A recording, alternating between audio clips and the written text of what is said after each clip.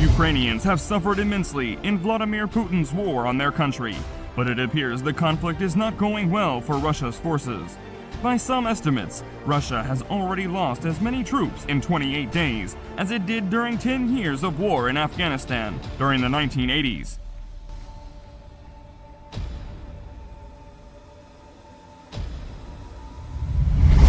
CBS News senior foreign correspondent Holly Williams and her team were in Ukraine a month ago when Russia launched its first strikes. But instead of the lightning invasion that Putin may have anticipated, she said his ground forces appear stalled. Ukraine claims it has killed 6 Russian generals, and on Thursday, the country's military said it had destroyed at least 1 Russian naval ship in an occupied port town on the south coast.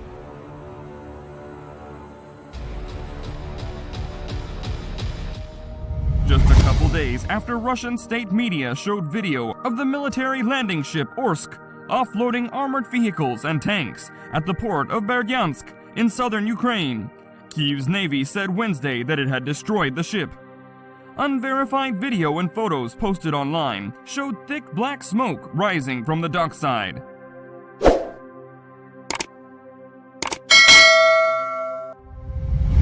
Russia said earlier in the week that it had a total of 10 ships ready to dock alongside Ukraine's southern coast, carrying dozens of tanks, armored personnel carriers, and other equipment to bolster its push to capture other vital port cities in the region.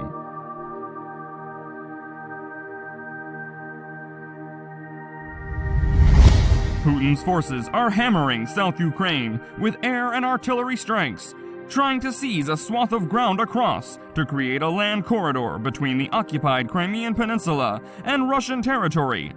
But cities like the besieged port of Mariupol stand in the way, and Ukraine's forces have refused to give up the fight to hold on to them.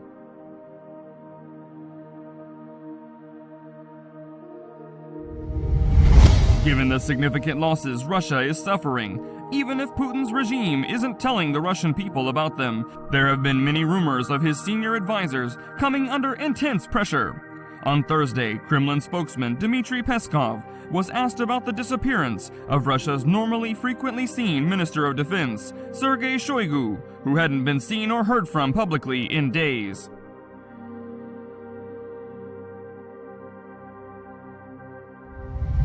Well, the Minister of Defense now has a lot of worries, as you understand, Peskov told reporters. Now is not quite the time for media activity. This is quite understandable. Soon after, the Russian government released a short video clip showing Putin holding a meeting via video conference call with his national security team, and Shoigu was visible on the screen in Putin's office.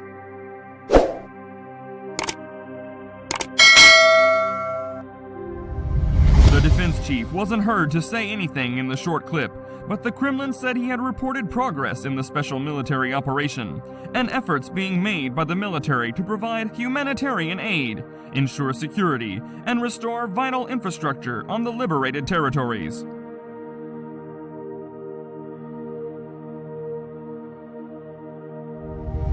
The human cost of Russia's invasion, not only for Ukraine, but for Putin's own military, has been horrifying. If the Russian leader thought he'd score an easy victory in Ukraine, Williams said he undoubtedly knows better now. In just 1 month, between 7,000 and 15,000 Russian soldiers have been killed, according to an estimate by a NATO official.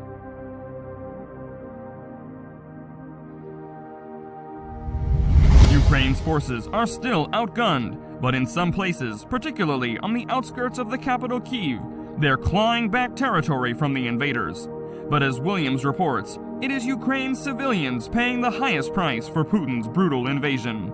The besieged city of Mariupol has been laid to waste, and with more than 100,000 civilians still thought to be trapped inside, Russia continues pummeling them from the air.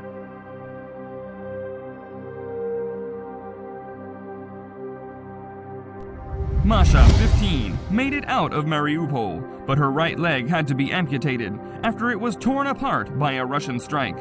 Her doctor said she was so traumatized that she couldn't eat for days. In a video message Wednesday night, Ukrainian President Volodymyr Zelensky accused Russia of trying to wipe his people off the face of the earth.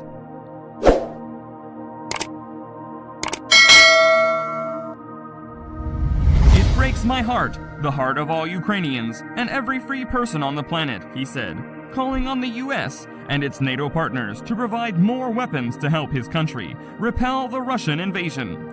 Zelensky warned that if Ukraine isn't given what it needs to stop Putin, the Russian leader could take his fight beyond Ukrainian soil.